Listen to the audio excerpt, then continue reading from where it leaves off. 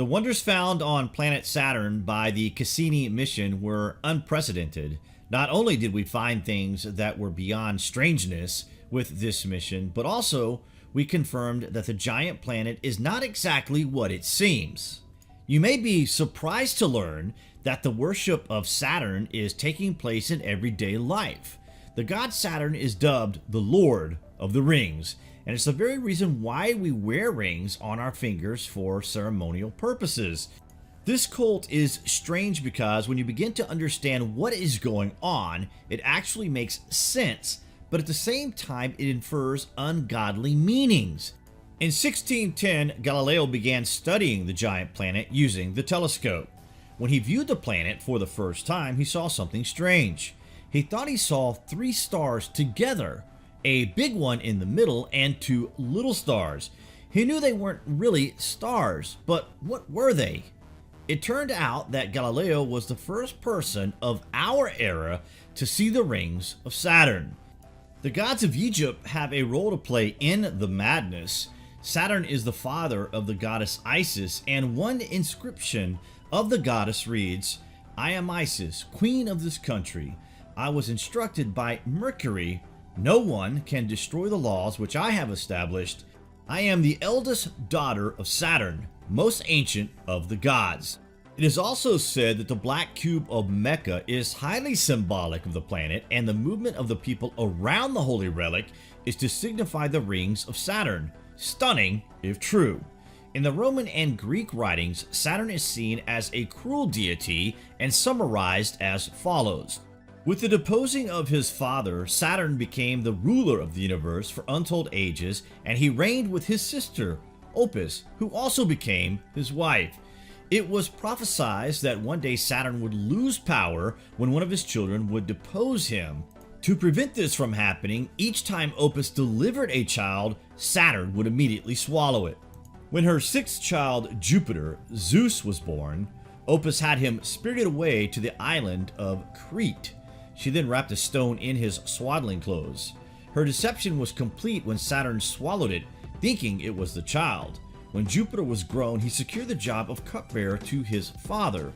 With the help of Gaia, his grandmother, Jupiter fed his father a potion that caused him to vomit up Jupiter's 5 siblings: Vesta, Hestia, Ceres, Demeter, Juno, Hera, Pluto, Hades, and Neptune, Poseidon. Saturn always had a negative, if not evil, significance. In ancient times, it has been called the Greater Malefic, which was opposed to Jupiter, the Greater Benefic. Saturn is esoterically associated with man's limitations, restrictions, death, and decay. His Greek name was Kronos, the ruler of time, time being the main factor inevitably leading to the death of mortals. Saturn took the highest position in terms of importance in ancient times. Since in our time, more and more space probes pass by a huge cosmic body, its beauty and mystery deepened. When the Voyager mission flew past Saturn in the 1980s, they discovered a whimsical hexagonal shape in the polar regions of the planet. Moreover, this structure seemed completely artificial due to the previously verified size and almost ideal shape. At the same time, pictures and theories followed, which ripened for about 20 years until the Cassini device visited Saturn in the summer of 2004. The pictures taken were of high quality, but they did not provide a clear explanation for the nature of the big hexagon. In addition, they did not provide an alternative to people who simply did not want to accept the cloud formation proposed as an explanation for NASA. Some people insist that this structure is proof of a reasonable design from a distant past. Perhaps this is a tracking device or even some kind of space filling station. Hydrogen and helium-3 are abundantly present on Saturn and can be used for space travel. In many ancient records, Saturn was referred to as the Sun. For example, the ancient Babylonian text describes Saturn as the ghost of the sun. The Maya believed that the sun that we see today was different in former times. In the book Saturn, the Ancient God of the Sun, author David Talbot notes an obvious mismatch between Saturn and the Sun in ancient times, and that this mismatch could not be a coincidence. Talbot argues that different figures throughout history deliberately distinguished Saturn from our sun, calling it the best sun, the original sun, the central sun. According to certain alternative thinkers, Saturn is closely connected with elite secret societies that supposedly worship the sun or the sun god, on which all major religions are allegedly built. If Saturn really was a star and the central sun in antiquity, then the importance of Saturn for secret societies and their esoteric rituals becomes quite understandable. Though the mystery of certain theories regarding Saturn may never come to light, one questionable thought stands out, that being that the planet Saturn collided with the planet that now forms the asteroid belt, giving Earth the moon, causing the Great Flood, and ripping Mars of its atmosphere. Yes, you got it. There is a chance that Saturn may be Nibiru, but that doesn't make sense unless Saturn had a separate orbit at some point, right?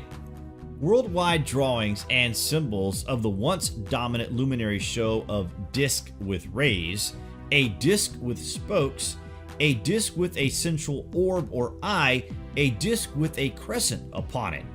Today we require a powerful telescope to see Saturn as a disk. We must fly a space probe close to the planet to see rays and spokes. Even then the spokes are intermittent and dark. The ancient astronomers, however, described the spokes as those of a cosmic wheel. They were streams of fire, the glory of heaven. The worldwide astronomical designation of the celestial pole become crucial pieces in a puzzle. For this reason, the language establishes beyond any reasonable doubt that the pole is the remembered location of the archaic sun god Saturn. In modern astronomical terms, a planet at the celestial pole is a preposterous idea. All the planets in our sky, together with the Earth, move on a common plane around the sun, so that from Earth we see the planets moving on roughly the same arc across the sky as the sun. The paradox is glaring. No planet today approaches the Earth's celestial pole, and yet the ancient tradition of the polar sun confronts us everywhere. The Babylonians were apparently the first to develop systematic observations of the planets, and they recorded the celestial motions with considerable skill. But in laying the foundations of later astronomy, they also preserved a critical link with the past. Again and again, they asserted a claim that could only appear preposterous to the modern translator. They declared that the distant planets were the gods of former times. Sumerian myths say the rites and standards of kingship descended from the central luminary An, founder of the Golden Age. In Babylonian myth, the Sumerian An appears as Anu, first in the line of gods and kings, and according to the best authorities of Babylonian astronomy, the god Anu was mysteriously linked to the planet Saturn. What makes this identity stand out is the degree to which one nation after another repeated the same connection. It's an interesting fact not often noticed that the ancient Hebrews regarding their race as having been Saturnian in the beginning when they lived under the rule of the creator El. Indeed, the consistency with which early astronomy identified Saturn as the former creator king is extraordinary. The Zoroastrians of ancient Persia knew Saturn as the heaven-sustaining Zurvan, the king and lord of the long dominion. The Iranian god king Yima, founder of the Golden Age, was also linked to Saturn. The Chinese mythical emperor Hongti, first in a great dynasty of kings and mythological founder of the Taoist religion, was identified astronomically as the planet Saturn. Even the Tahitians recall of the god Fedoti, the planet Saturn, that he was the king. When scholars today look back at this esoteric connection to the Sabbath and Saturn, they see little more than an oddity of minor significance.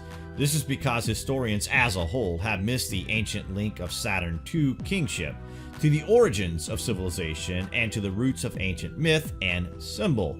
But there is an even more significant aspect of the Saturn mystery. Here is a remarkable fact. Though numerous figures of the universal monarch are translated conventionally as the sun god, the celestial power invoked by the world's first religions is not the body we call the sun today. In fact, the star worshippers specifically distinguished it from our sun by calling it best sun, the primeval sun, the central sun. Natives of Mexico recall that prior to the present age, an exemplary sun ruled the world, but this was not the sun of today. His name was Quetzalcoatl. The Maya maintained essentially the same idea, calling the primeval sun god Huracan. The Incas of Peru spoke of a former sun superior to the present sun. When it comes to the well-known sun gods of early man, nothing in the mythological record seems to unnerve the experts. As to the original solar character of the Greek Helios, Latin Sol, Assyrian Shamash, and Egyptian Ra, scholars have maintained an unwavering confidence. And surely you can see why. Could it really be doubted that Helios, radiating light from his brow, is our sun? In Egypt, countless hymns to the god Ra exalt him as the divine power opening the day. In the same way, Assyrian and Babylonian texts depict the god Shamash as the supreme light of the sky, governing the cycle of day and night. Such images would seem to leave no question as to the solar character of these gods. And yet the profile of the great sun gods presents a fascinating dilemma. During the past century, several authorities noticed that Greek and Latin astronomical texts show a mysterious confusion of the sun with Saturn. Though the designation seems bizarre, the expression Star of Helios or Star of Sol was applied to Saturn. Of the Babylonian star worshippers, the chronicler Diodorus writes, "To the one we call Saturn, they give a special name, Sun Star." One fact beyond dispute is that the word Helios did become the Greek word for our sun, just as the Latin Sol gave his name to our sun. The same can be said of the older Shamash and Ra. The names of these gods became the names of the solar orb, but that's where the connection with our sun ends and the mystery of Saturn begins. What do you guys make of this connection? Is Saturn the ancient central sun of the solar system? What's going on? Comments below, and as always, thank you for watching.